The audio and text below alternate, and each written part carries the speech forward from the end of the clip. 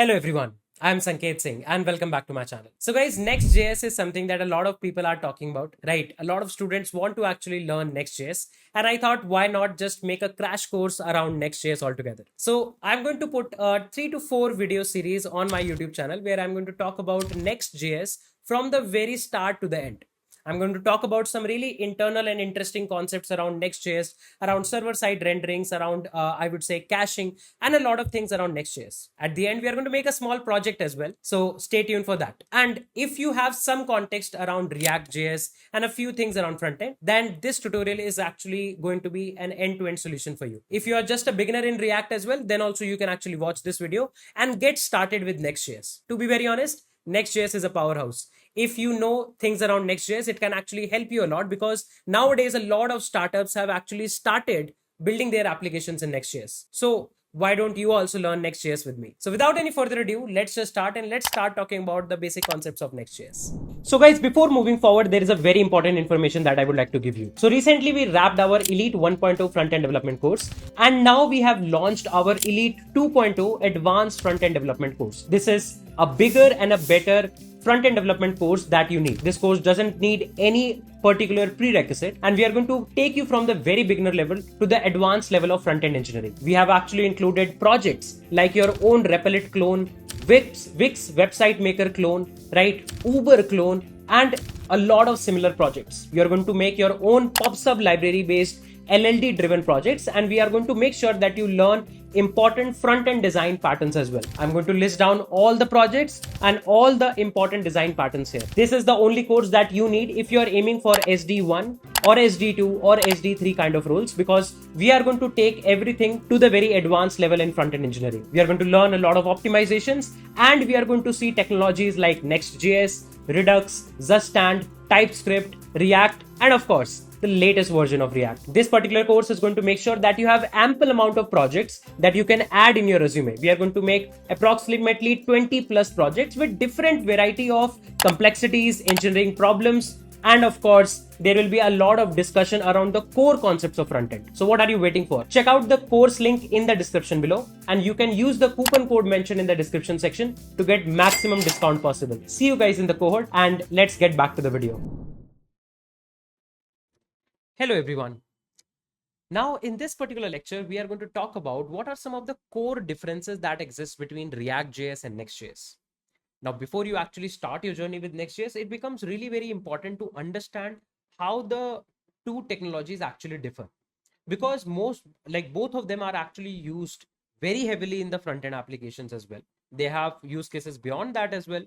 But overall, you will see a lot of people, a lot of developers actually making a lot of UI related stuff in both of them.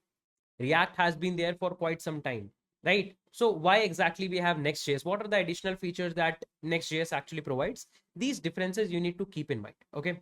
Now, in order to learn most of the things around Next.js, I would highly recommend you guys to have some good context around React. If you don't know React and if you're jumping directly to Next.js, it might be slightly uncomfortable as well, because React in itself has a lot of concepts to learn. And on top of those concepts, Next.js actually comes into the picture. So keep that thing in mind, okay? Now let's start actually talking about what are some of the core differences that actually exist between React and Next.js. So I would like to first of all point out a few things about React. Okay, so let's do one thing. Let's write some important pointers about React here. Okay, React.js. Cool. Now, if you talk about specifically with respect to React.js, now React.js in itself is kind of like a library. Okay, so it's kind of like a library in nature. Library in nature. What do you mean by library in nature? Library in nature means that React.js is not an end-to-end solution to prepare everything around front-end application. If you see the competitor frameworks like Angular, Angular is kind of like an end-to-end, out of the box, everything comes inside Angular. But that's not the case with React. For React, for example, if you have to do routing, you have to separately do that, right? If you have to do state management, you have to separately do that. By default, React only provides us the feature for DOM manipulation. That is, it prepares a virtual DOM and manages everything around that virtual DOM and the corresponding state of the corresponding components. These are the few things that React by default does. And on top of it, there are other libraries like React Router using which you can do the routing. Let's say you have something like Redux that helps you to state manage most of the stuff. In earlier days of React, there was no state management solution out of the box as well. Now we have context API that for a good scale of an application can also work well, but that was not the case every time, right? So you can see React.js is kind of like a simple library in nature. It's kind of simple front-end library that helps you to build building blocks of the UI in the form of components. That's the main, I would say, point to be noted about React. Apart from that, React majorly supports client-side rendering. Okay, majorly supports client-side rendering. Now, what do you mean by majorly support of client-side rendering? Now, most of the things that you actually see working in React are JavaScript driven, right? You manipulate everything using JavaScript, you download stuff using JavaScript. Everything that is rendered in your browser is actually managed using JavaScript, right? Once the initial HTML file is loaded, right? There is a very simple plain HTML file with a simple app ID div loaded. Then on top of it, everything that you see as the components, everything is JavaScript driven altogether, right? Now, apart from that, no routing support. As we already mentioned, that there is no by default routing support that comes out of the box with React. Okay. Now, support for SSR. Now, what is SSR? SSR stands for server side rendering. I'll talk more in detail about what is client side, like in depth, what is client side rendering, what is server side rendering, right? But React does support server side rendering, but with the help of other tools. Okay. To be very honest, it doesn't have a very full-fledged solution to work with if you want to have server-side rendering implemented. Okay. Now, apart from this, if you carefully see the bundle size, right, React.js bundle size is relatively slightly higher, right, because there is no automatic code splitting, right? Only manual. Okay, you can manually do code splitting. That is, if there is some part of the component that you do not need immediately, you can load it later. This kind of code splitting strategies you can actually develop, but it doesn't do automatic code splitting altogether. It doesn't automatically figures out that which particular component need to be on the client as of now and which particular component need to be on the client later, right? So this is something that you have to keep in mind. Apart from that, the bundle size, right? If you talk about the bundle size, okay, the bundle size is relatively slightly larger with respect to if you see other solutions like Next.js, right? And if you want to reduce it, you have to do manual configuration of tools like Webpack to actually optimize and do the corresponding splitting. So you can say that bundle size is relatively larger, right? The bundle that is technically downloaded on the browser, it's kind of like slightly on the higher side. These are some of the major pointers about React.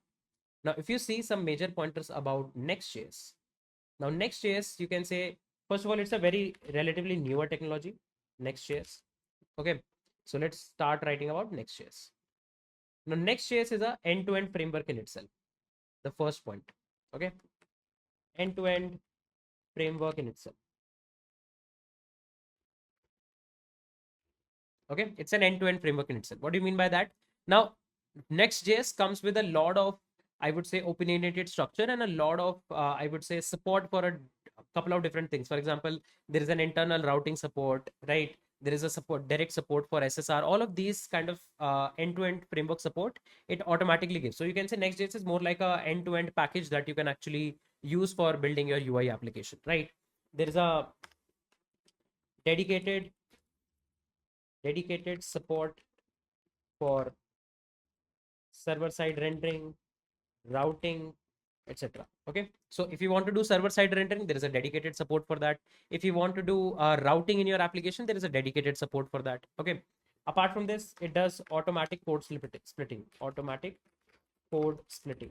Okay, so if it does automatic code splitting, then you as a developer don't have to like figure out a lot of things in terms of the code splitting based optimization, right? And there are a lot of other features as well that we are going to slowly and steadily talk about. For example, there is something called as incremental static generation, right? This is called as ISR. These kind of features actually exist.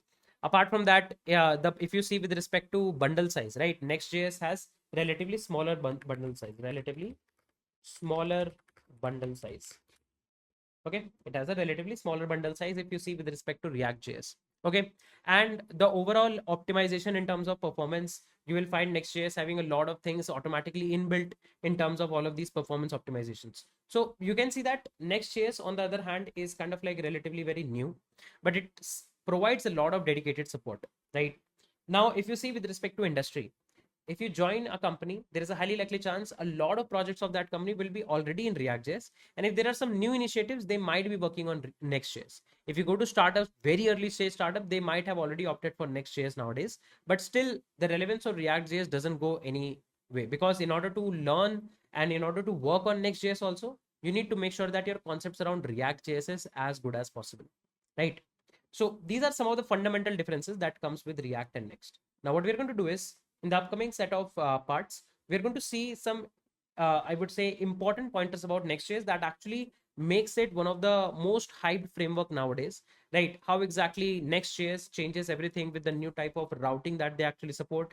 Actually, Next.js has also like gone through a lot of changes. If you see some older versions of Next.js, there were a couple of features that have now been enhanced. For example, there was something called as page-based routes. Now there are something called as app routes. So these kind of different, I would say, changes Next.js has also gone through, and we're going to start learning about the latest one of them. But I believe a basic difference around Next and React is making sense to all of you.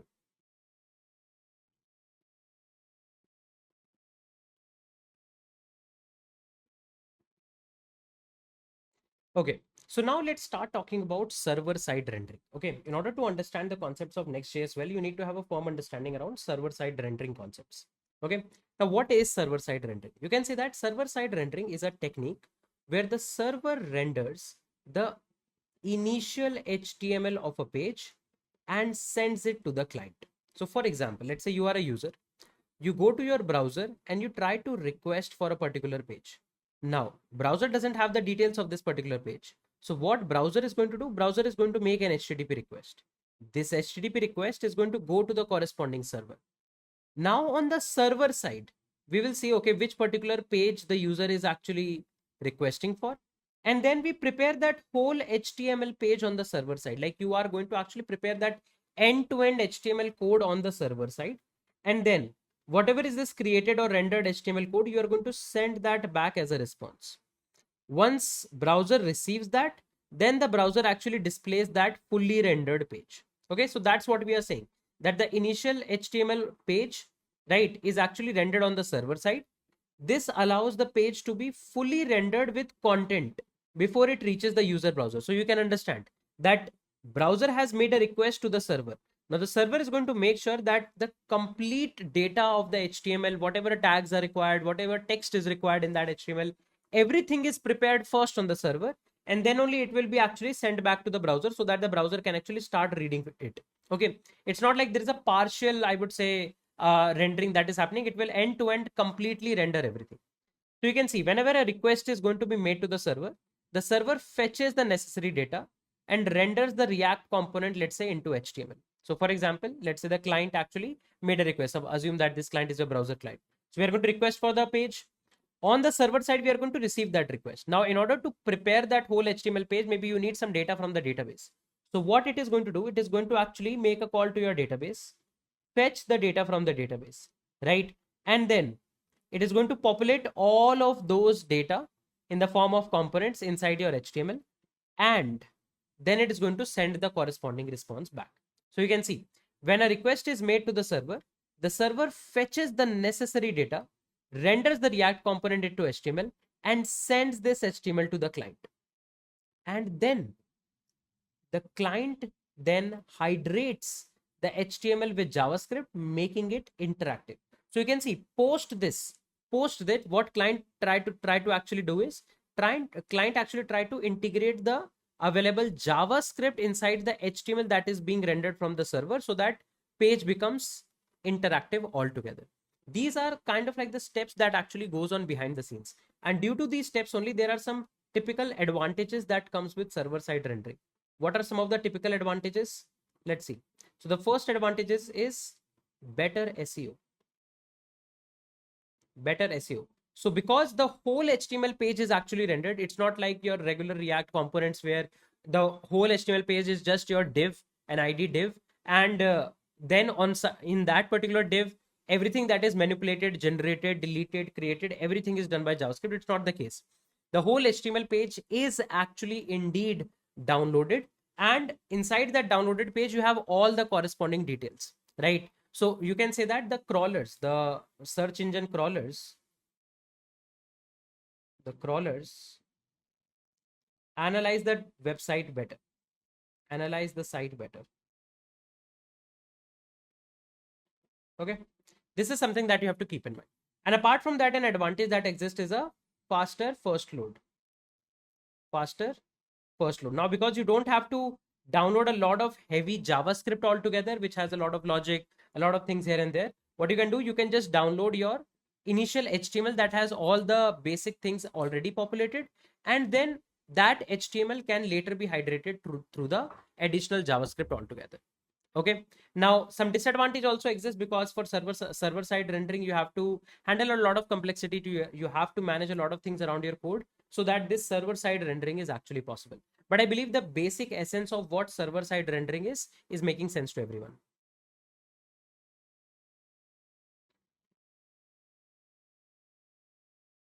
Now you might be thinking, what is the actual concept of hydration? We talked about the word hydration, that if you're doing server side rendering, then once the client has actually downloaded the whole HTML prepared on the server, then actually your browser actually hydrates that HTML page. So what is hydration, right? What is hydration altogether? Let's start actually talking about hydration. Okay, so hydration is a process. Let me write it like this here. Okay, so you can say that in hydration, right? Or you can say hydration is a process. Hydration is a process, okay, of taking your server side rendered HTML. So you can see on the server side you have a rendered HTML, right? And making it interactive by attaching necessary JavaScript, event handlers, right, and states to the existing HTML elements. Okay, to the existing HTML elements. Okay, so let's see what's actually going on. So you can see that hydration is the process that once your data has been downloaded, for example, once your client has actually downloaded the data from the server, you can see the server has actually sent the HTML response. Now the thing is that because this particular HTML has been prepared on the server side, this HTML doesn't have access to the event listeners. Okay, so you can say that this HTML doesn't have access to state and events. Okay, because on the server side your plain HTML is actually prepared. Then comes the step of actually hydration. You can say that in the step of hydration, you take this particular HTML, and on this HTML, what do? You try to attach all the event listeners, and you try to attach all the states, right? Then what will happen is your HTML page will also become interactable. That's what we are actually saying. That's a process of taking your server side rendered HTML. So your browser has downloaded your server side rendered HTML. So what you do is you take that and you add additional capabilities around the states, you add the additional capabilities around the event listeners, right? And then make these HTML elements kind of like alive. Okay, so how exactly it works if I go in step by step discussion? Okay, so the first step that actually happens is, you can say, SSR. Okay, so the static HTML, right? Or you can say the server generates the HTML, for a page and send it back to browser. Okay, so server is going to prepare an HTML page and send it back to the corresponding browser. Okay, so this HTML has all the relevant data and markup. Okay, Markup means it doesn't have any interactivity as of now. Okay. Once your server side rendering is done, then your initial page load happens. Inside your initial page load, right? The downloaded HTML is rendered immediately, right? Is rendered immediately altogether, right? That means you as a user can actually see what are the corresponding elements that have been actually downloaded on the corresponding page. And at last, hydration comes into the picture. For example, you are using something like React. So what will happen is React's library code on the client side will be kind of like start attaching the event listener and states. Okay. So you can say that React client side JS, okay, is loaded on the client side, okay, which then attaches states or event listeners, okay, states or event listeners, okay, and post this, the page becomes interactive. The post this page becomes interactive altogether. So you can see it's a three-way process. It's a three-step process, it's a three-way process inside which first you have the server side rendering. Once server side rendering is actually done, then you have the initial page load, and then the initial page load is actually done. Then you have the corresponding hydration altogether. Right. So this is what is the meaning of hydration. Okay. This is what is the meaning of hydration, because when you are actually rendering your HTML from the server doesn't know about what are the events that it needs to attach, because it knows about how to render a basic markup and fill up the details based on, let's say, its own set of capabilities, and just sends that.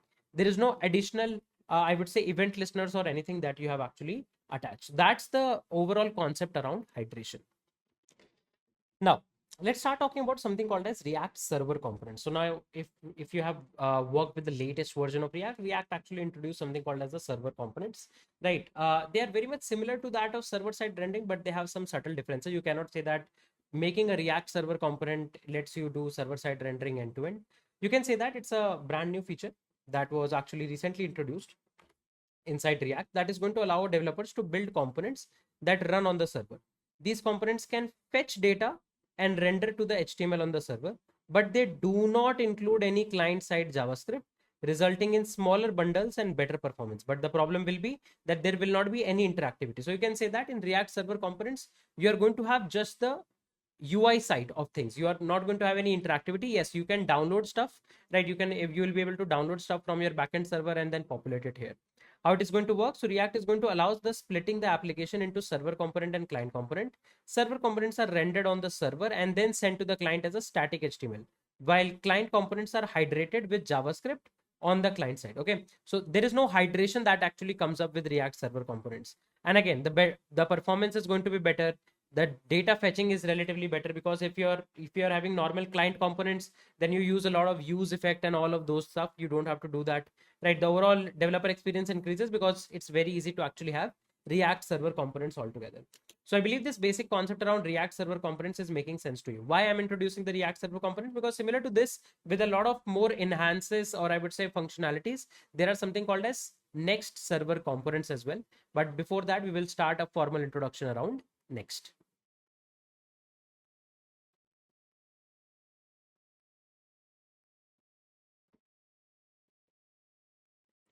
Okay, so now let's start talking about how you can get started with Next, and then we'll see some features around Next and some really interesting stuff. We'll talk about that. But let's first of all get our hands dirty, and let's try to install Next. Now you can see I'm on the installation page of Next. You can go to this particular URL to get Next.js installed and all the instructions.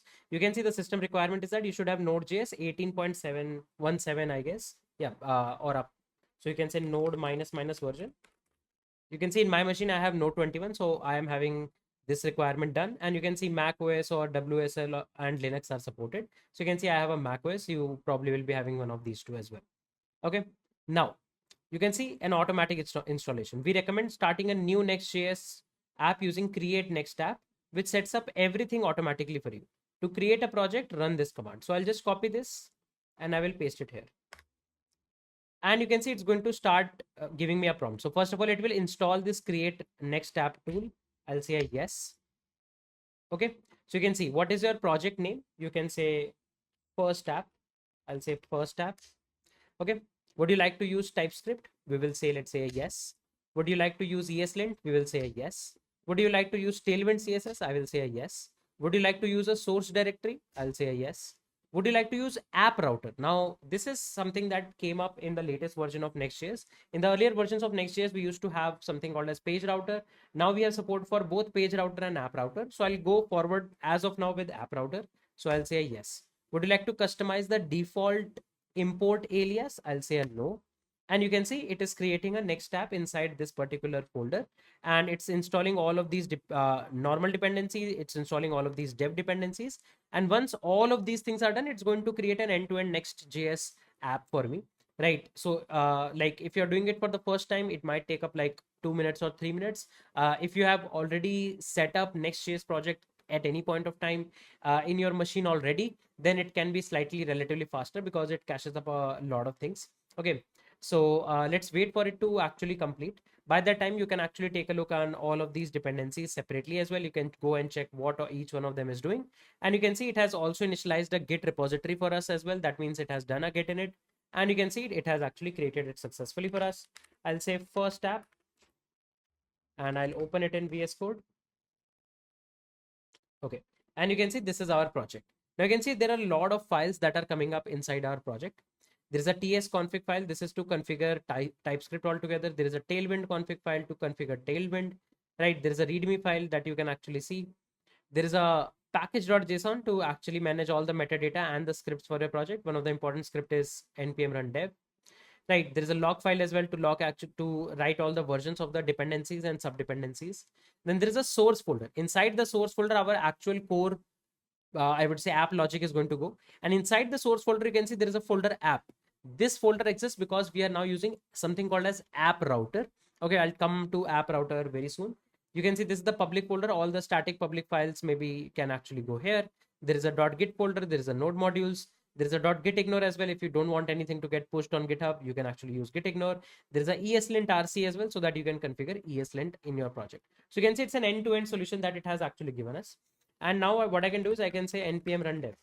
The moment you do npm run dev, what it is going to do is it's going to start a new Next.js server on localhost 3000. So I can go to localhost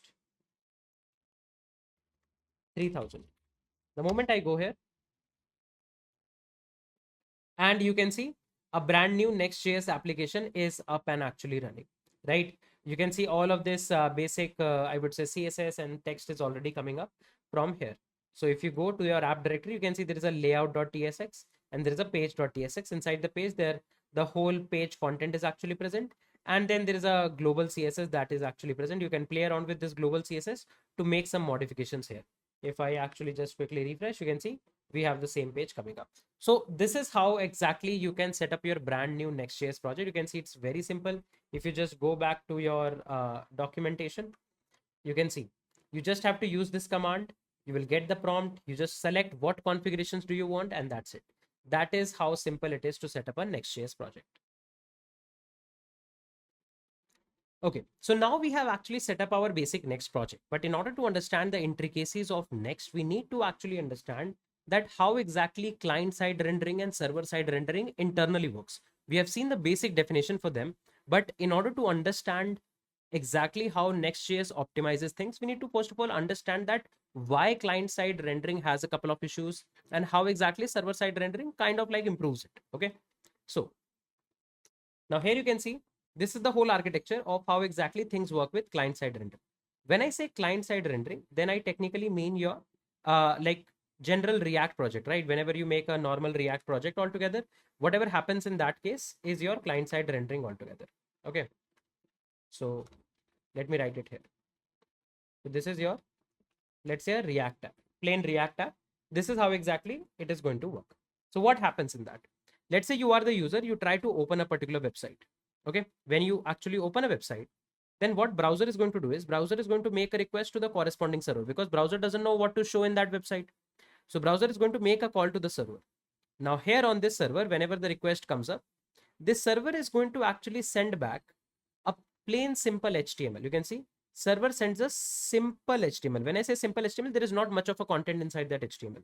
So you can say server sends a simple HTML file with styles and scripts to the browser. Okay. So inside this HTML, generally you have a simple div, and inside that div, you make the root of the virtual DOM, and then you create the virtual DOM, and then eventually you create the final DOM, right? But this HTML doesn't have the actual tags and everything that you might be looking at. Okay. So the moment server responds back, you can see we can actually show a white screen or loader. Site is not actually visible, right? The moment, let's say your browser is actually loading some content. Now, you can see server has sent all of this. Server has actually sent this response. And now the next step is browser is going to start downloading all of that response. When browser is going to download that response, one of the most heavy things that it has to download is the corresponding linked JavaScript files, right? And by the time all of this download actually is still happening, we still have a white screen loader and nothing is actually visible. Like nothing on the site is actually visible at all. Okay, cool. So you can see you raised a request to the server. Server gave you a response with the HTML, couple of CSS and a couple of JavaScript. All of that content is still being downloaded. By that time this happens, you still have a white screen. Now let's say the browser has actually downloaded the JavaScript. So you can see once downloaded, browser executes the downloaded JavaScript file, because now whatever is the logic inside those JavaScript files, like how exactly the elements should be made, so on and so forth, all of that starts executing. By the time that is executing, you can see you still have a white screen or loader, right? And you can see the site is still not visible at all. You can see the site is still not visible at all. And then when the complete JavaScript execution is done, then the app fetches all the website data and it is ready to use. Now the site is visible and can be interacted with. Okay, so you can see a lot of things are actually going on before you actually see the final first paint. This is the position of your first paint, you can say. Okay, this is the position of your first paint.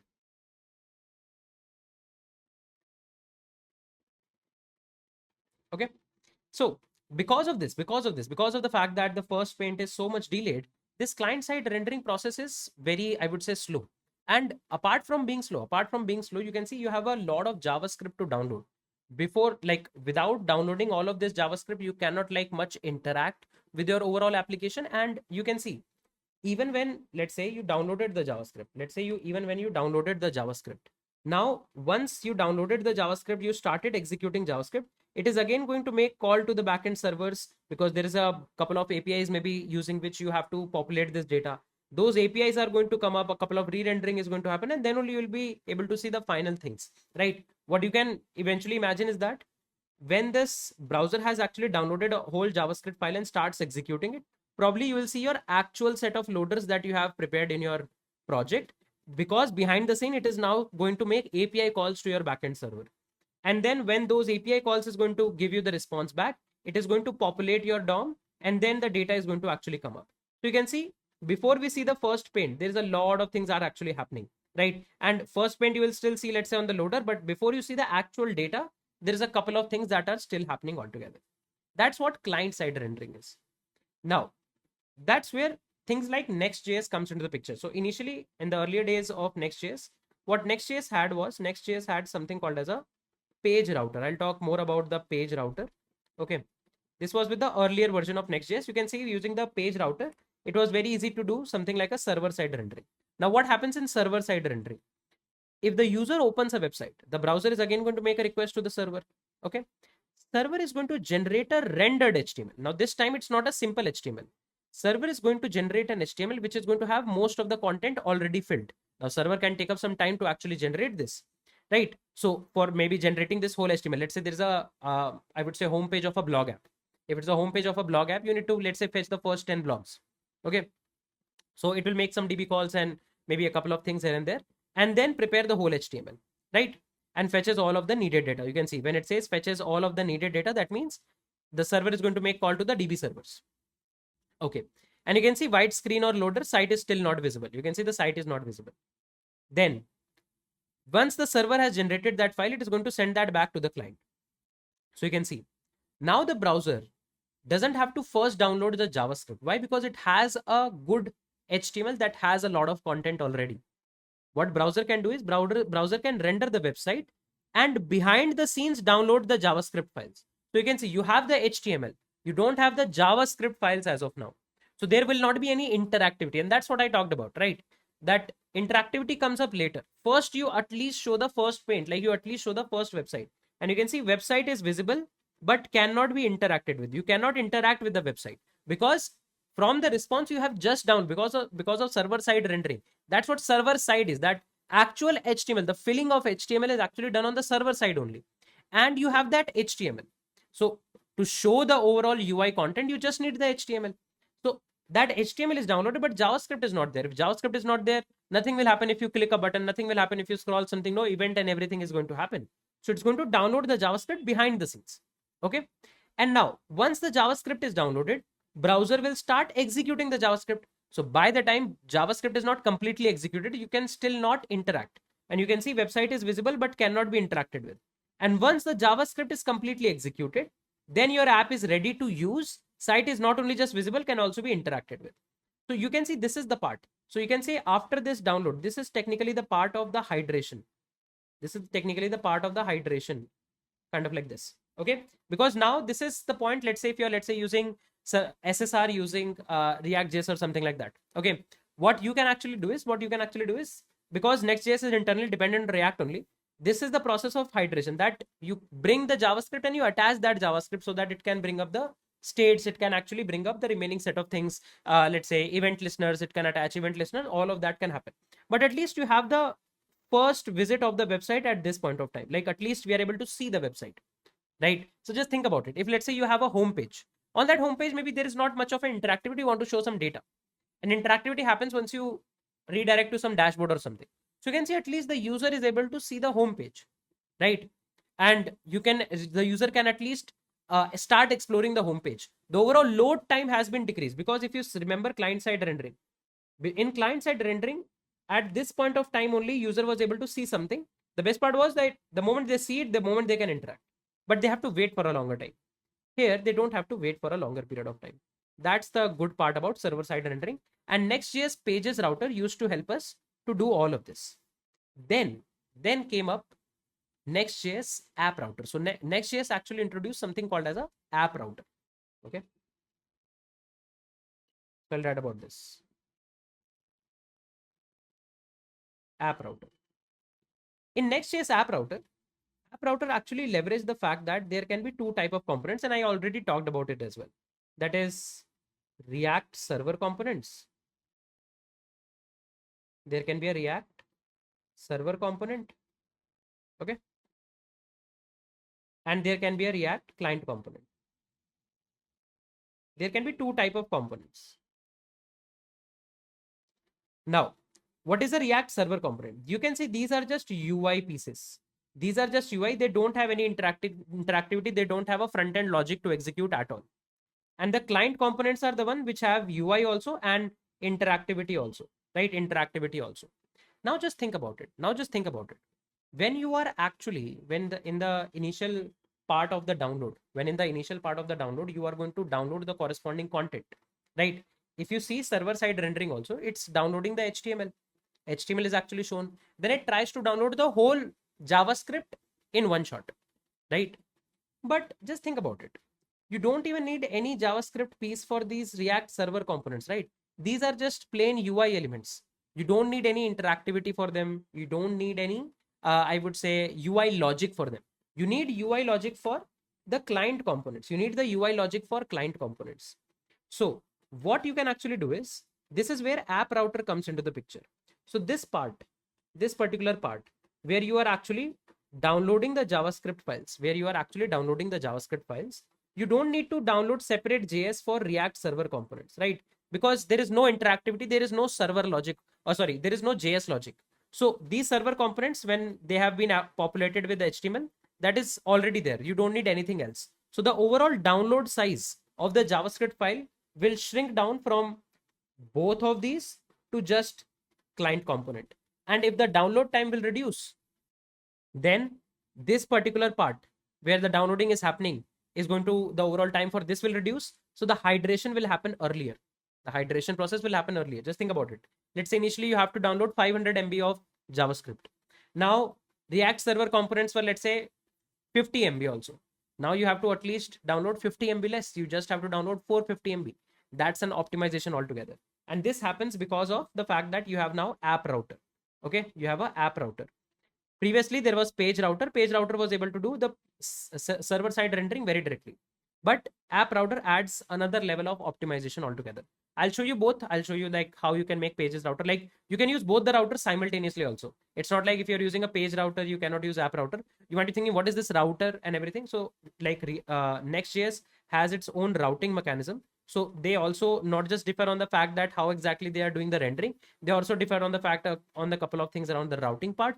And they by default helps us to do the routing. You don't need to depend on some third-party libraries like let's say React router or something to do the routing. So that's why the word router comes up, but I'll talk more about it. But you can say there are two, you can say fundamental logics in which you can write a next tab. That logic can be a page router based logic, or that logic can be an app router based logic. App router is a relatively newer one, and it's now available in the stable version of Next.js as well, right? So you can say nowadays, if you are going to start a new project, most probably what is going to happen is you're going to make app router based components, and whatever logic you're going to write in the app router and take it forward from here, right? So we'll be having most of our discussion with respect to app router, but I believe the overall concept you got in client side rendering, you have to wait for a long period of time because there is no initial paint with simple HTML. Your HTML gets downloaded, but that has almost nothing. Everything on the UI, that how exactly the UI should look, how the exactly should the UI interact, all of that logic is inside JavaScript. So complete JavaScript you have to download. Then you moved the logic of how the UI should look, at least for the initial part, without interactivity to HTML. How? By doing server side rendering. In server side rendering, your server creates an HTML file, populates it with all of the data by making maybe a DB call altogether, and then sends you that HTML, so that the overall load time for our end is actually reduced. Now just think about it. You might be thinking, sir, servers will also make a call to DB and everything. That will also take up some time. No, that time is also here taken here as well. Just think about it. When the browser is going to start JavaScript execution, then that JavaScript is going to make an API call and fetch the data from the backend. So that time too you will need here as well. But just think about it. That happened in a very earlier stage directly on the server side. So a lot of optimizations also you can add on the server side, and it creates a HTML for you which has a couple of data populated. That HTML too you can directly show, because to show something on the browser you need HTML. To interact something on the browser you need JavaScript. Now the JavaScript download will separately start. And if you use app router, then you can even define that what JavaScript you want to download, what JavaScript you don't even want to download. For React client components, you need JavaScript, so we'll just download JavaScript for that. So the overall download size will decrease. Download size will decrease, then hydration will happen slightly earlier. So the overall load time is also going to decrease. So that's how exactly internally client side rendering and server side rendering actually works. This is a very crucial concept, because otherwise you will start learning Next.js without understanding why exactly Next.js altogether exists. Its existence is based on the fact that how exactly client and server side rendering exist. And now because of the fact that you have app router, you need to understand why exactly app router is better than pages router. Otherwise you will not be able to understand that why do you have something new altogether. That being said, I hope your overall concept around CSR and SSR along with React server and client components is making sense.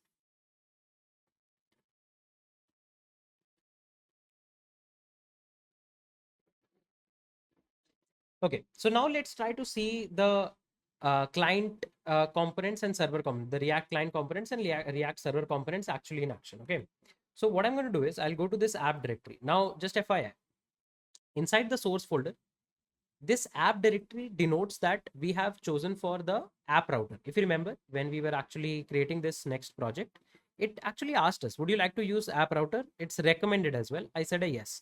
The moment you do that, it creates an app directory for us. Everything inside the app directory is going to work with respect to the logics of app router. If you want to use page router, so then you can make a pages directory. Well, we'll talk about that coming up. But for now, inside the app directory, what I'm going to do is, let's say I'll delete all of this. Okay. For example, I am going to go to my page. Okay. Just FYI, if you carefully see, this is the home component, and you can see there is not much of a logic coming up here, right? No JavaScript logic, at least I'm not able to see. There is an image that it is fetching right from here, right, where it is collecting a couple of images. Okay. But I'll just remove all of this. I don't need this. And we will just remove all of this. We'll remove all of this. Okay. And now inside this home component, we are going to do one simple thing. Okay. We'll say h1 welcome to Next.js. Welcome to Next.js. I'll save it and let's see what happens. If I go to my browser, localhost 3000. Okay, you can see we are able to see welcome to Next.js. Looks good. Okay. Now currently, what I'll do is just for better demonstration, I'll create a new file. I'll say first server component dot tsx. Tsx means it's going to be a I would say JSX file with respect to like TypeScript conventions. Okay, so here we can say export default first server component. Okay, and we are going to say equals to, and you can see just in the similar way we are going to write this as well, or maybe we can have a simple function based declaration, function server components, and we don't need this, and here we are going to say return h1 welcome to Next.js. Okay, save it, and we are going to get this component and put it here. So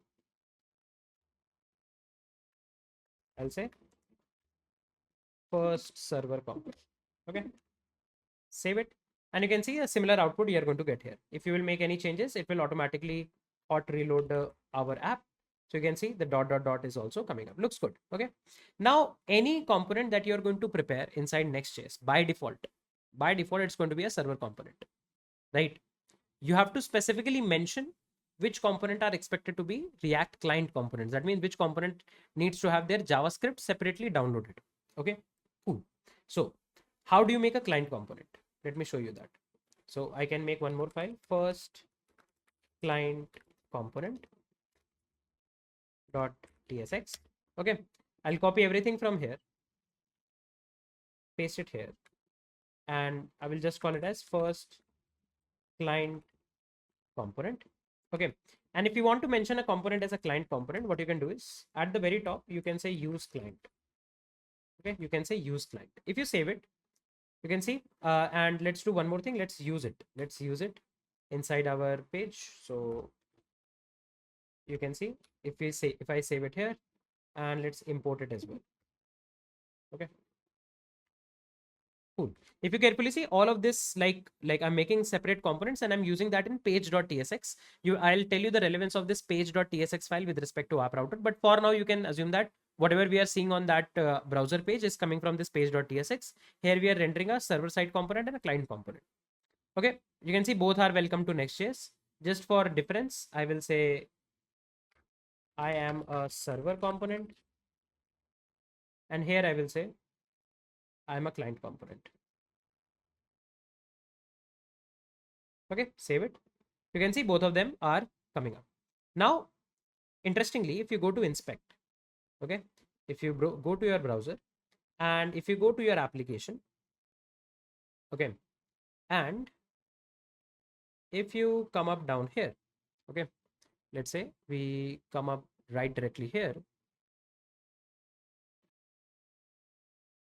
Okay, so instead of application, sorry, my bad, we should go to sources, and you can see in sources, you will be able to see what all content we are actually downloading for us. Okay, for example, you can see on localhost, there is a index file, there is a next static, a couple of static content that might come up. Okay, so on and so forth. We don't need to take care about that. If you carefully come up downwards, there is a webpack internal. If you open this, you can see app pages browser, and there is a source/app directory coming up.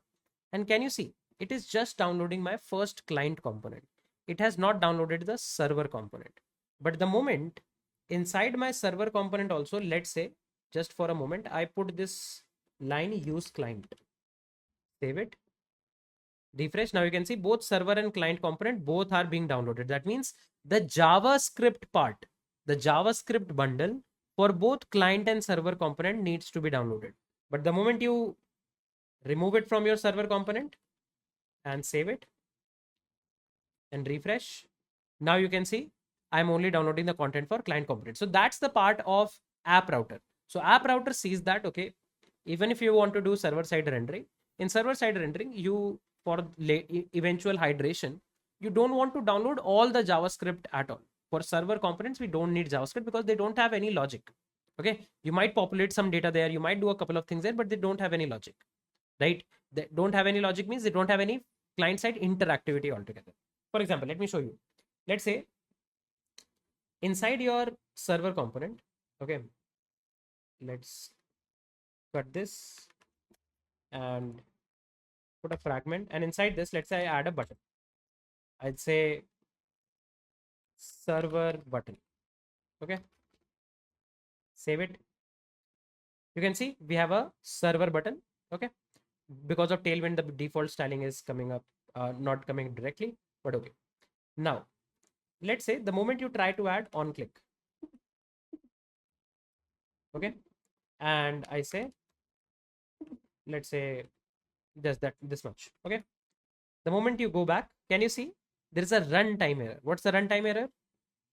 This on click function is a runtime error for it because this is a server component. In server component, you cannot have interactivity. You can have a button, but you cannot expect a button to do something for you, right? If you need interactivity, consider converting this part to a client component.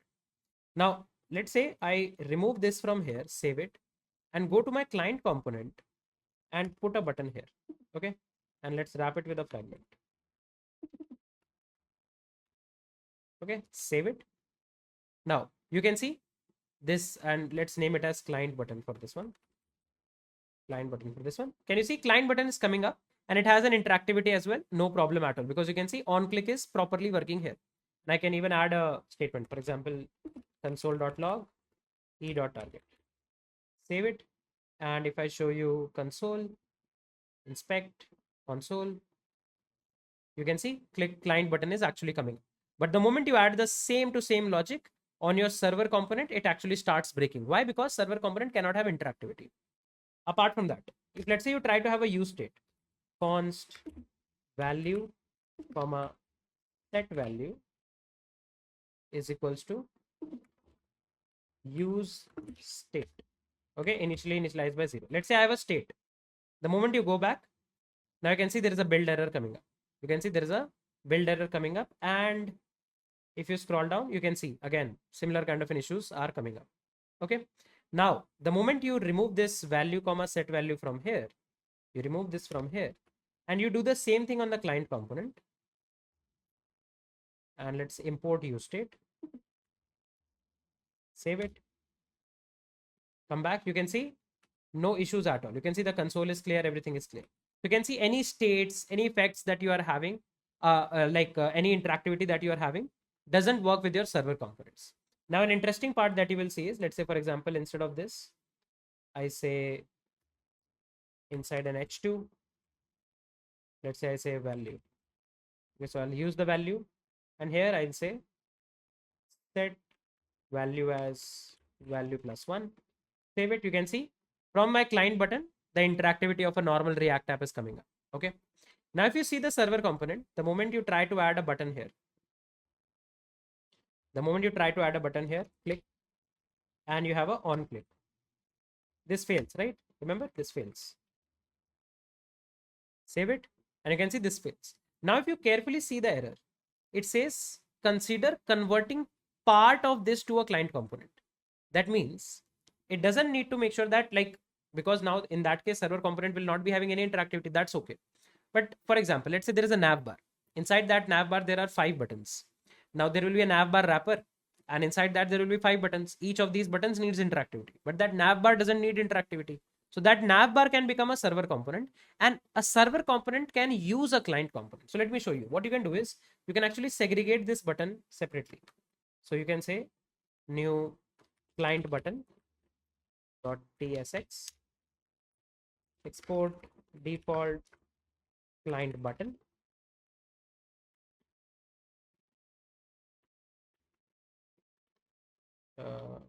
Let's come up here, function, okay, return a button, save it, and I'll mark it as a use client, save it, And now we can use that button here. I can say, sorry, client button. Okay. Let's see, are we exporting it?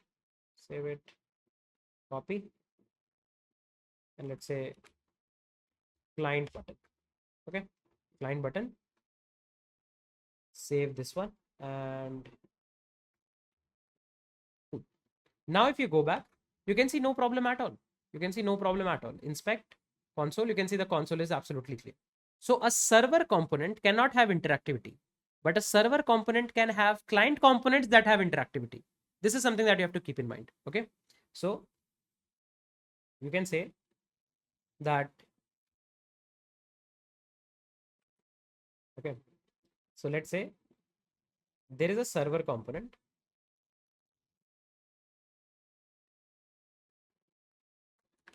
Server component. Inside that server component, you can have one client component. Okay. You can have one client component, and this client component can have interactivity. Okay. You can say uh, put the interactivity logic here. Okay. And we will say with this arrow,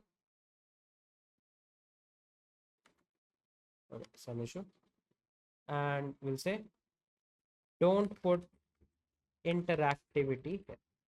Okay. As simple as that. And if you go back, if you again go to the sources, if I refresh, now you can see client button is being downloaded and first client component is being downloaded. You can see JavaScript logic, because there will be, if there are states, there are interactivity, there will be a lot of JavaScript logic that will actually enable React to do all of this, right? So all of that JavaScript needs to come up, and that is coming up like this. Okay. So this is how your server components can like actually work. You can have elements that are interacting all together inside the server components, but you cannot have directly any kind of interactivity coming up inside your server components. Now, let's do one thing. Okay. So currently, if you are able to see how the structure of the project looks like, is that inside the source folder, we have an app folder, and this app folder actually enables app router for us. Okay. Now, if you carefully go and see inside page.tsx, so there is a file page.tsx inside which we have both of our components. And when we go to this particular URL, localhost 3000, this particular URL, if we go, that is the home page, like kind of like the root URL, then we are able to see this page.tsx. Okay. So now let's try to understand the whole routing mechanism that Next.js actually provides us. So what Next.js does is that it actually supports folder-based routing. For example, let me give you an example. Let's say inside the app folder, I create a new folder and I will call it as, let's say, about. Okay. I'll call this folder as about. And inside this about folder, I create a new file, page.tsx. Okay. And let's just have a very simple component. I say export default function about. Okay. And let's say we call it as about page. Save it. Okay. So you can see inside the about folder, we have made a page.tsx. Now, all you have to do is, if let's say you go to, let me do one thing. Okay. So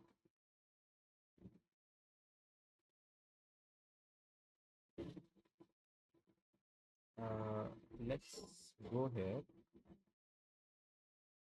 Okay. And okay. Yep. Let's keep it open. Now, what I'm going to do is inside this URL, I'll say slash about. Okay. In this URL, I'll say localhost 3000 slash about. If I press enter, can you see we are on the about page? Okay. So that's what I'm talking about. That what Next.js provides us is kind of like a folder-based routing mechanism. Okay. In folder-based routing mechanism, what happens is that if at any point of time you create a folder, give it a particular name, and inside that folder you create a page.tsx file, then whenever you go to your, I would say, corresponding server slash that particular folder name, then the page.tsx content is going to be populated there. Okay. Now you can even make it nested. For example, inside the about folder, let's create a new folder. So you can see inside app, we have the about folder, and inside about folder, I'm going to create a new folder. Let's say I call it as team. Okay. Team. And inside the team folder, I create a new file, page.tsx. And I'll just copy everything almost from here and paste it here and call it as team. Save it. And I call it as about team. Okay. So if now you go to slash about slash team. Okay. Can you see now we are on the team page, right? We are on the team page. You can see we are getting about team. So this kind of a nested, I would say, routing mechanism actually works, right? So also, for example, if you make a file like index dot, let's say instead of page.tsx, let's do one thing. Okay, let's rename this file to index.tsx. Okay, I renamed the file to index.tsx. I'll change the corresponding imports here and there as well. Now, can you see the moment you change it to index.tsx, it cost 404. So at any point of time, if you have a particular, you're trying to go to a particular route, but on that particular folder, I would say nested structure, you don't have a page.tsx file, it will not find it. Any other name index.tsx or anything, it is not going to find out. Okay, cool. So now this looks good to us. Now, for example, let's say we have a about of the team, and then let's say we create a new folder slash company. Okay.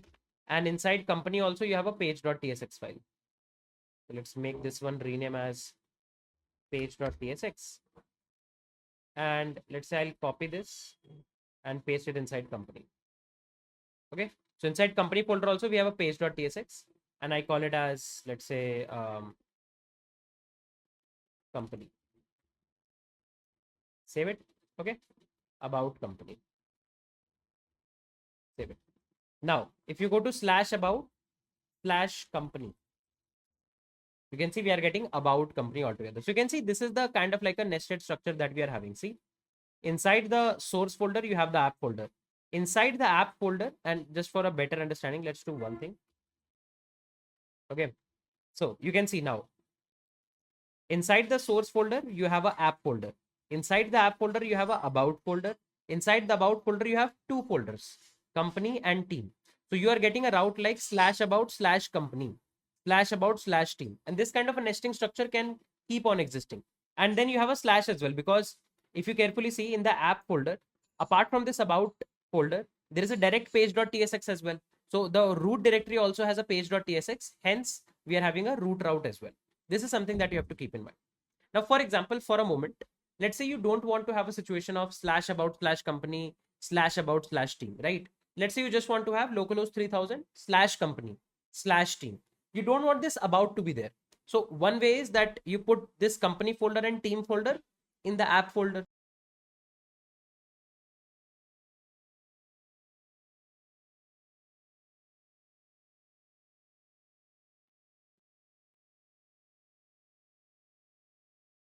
So one way can be that you can actually directly put the company and the team folder inside the app folder. Okay. If you do that, for example, if I move it directly to the app folder, move. Okay. So now you can see company folder is now in the on the same level as that of about. So if you go to the route and now you don't have a slash about slash company, instead you have a direct slash company, and you can see about company is coming up. But then there can be a case that let's say you want to share some layout. So there is some concept called as layout. Okay. So for example, let's say there are 5-6 pages. All of those pages have a sidebar, they have a nav bar, they have a footer. And this sidebar, nav bar, and footer is all same, right? In these 5 pages. So you don't want to repeat this nav bar, sidebar, and the footer again and again. So what will you do? You will make a reusable component. Okay, so you'll be having one reusable component footer, one reusable component as a nav bar, and one usable component as header. Okay, so let me actually write it in front of you. Okay, so for example, let's say you have a reusable component of your nav bar. You have a reusable component of your footer. Okay. And let's say you have a reusable component of your sidebar. Okay, cool. Now there is one page. There is one page. Let's say page number 1. Okay. On this particular page, on this page 1, what you're going to do, you have to manually arrange them, right? You have to manually arrange them. Like you're going to say, let's say, first of all, there should be a nav bar, right? Then there should be a sidebar, and then there should be a footer. And let's say in between them, somehow you have done some styling. So you write the main content, let's say some main component, something like this. Now you have to go to each page and write this layouting structure again and again, because you made reusable components, but the layouting structure you have to still define, right? That where the nav bar should go, where the footer should go. And this layouting structure, let's say if it is common in 5 pages, you'll be writing the same stuff in 5 pages again and again to arrange this nav bar component, footer component, and side component, right? So to avoid this copy paste of code and to make sure we have a better reusability, there is a concept called as layouts. I'll talk more in depth detail about layout, but if you carefully see, there is already a layout.tsx file that Next has already prepared for us, but we'll talk more about layouts later. So then in that case, if you want to have a common layout in the about section of your team and company, in that case, having company inside the about folder makes sense. Okay. Why? Because then we will be able to give them a common corresponding layout. Okay. But before we go to the layout, now, for example, I don't want to have /about/company. I just want to have /company. So if you want a particular folder to be not actually present in the route, it should be detected, like its for hierarchy should be detected, but it should not be present in the route. Like for example, I want company and team to be part of the route because it's inside the about folder, but I don't want the route to be like /about/company /about/team. It should be like /team. That's it. What you can do is you can rename this folder. Sorry, you can actually rename this folder and put a pair of parentheses here. This is the convention that actually Next.js expects us to do. The moment you put a pair of parentheses and you come back, right? Now, if you go to /team, you can see you don't have to do /about/team. It is already omitting the /about. If you go to /company, you can see you are able to directly come to /company. So that's the power of this kind of a routing mechanism that we have, right? It's kind of like a static routing that we are able to do in order to make sure that at any point of time, if we want to have a routed structure of the pages, this kind of a structure can actually help us. And you can say this is the very core fundamental of the routing nature of Next.js. If you remember, maybe in React, you have to use something like React router to do all of this routing. But don't you think having a folder structure based routing is very much similar? Now, there are a lot of more things that you might be thinking about, that how maybe you are able to get some params, some query params, path params, all of those things. How can we get? I'll talk about that later. But I believe this basic concepts around basics of, I would say, routing, how the folder structure based routing works is making sense to everyone.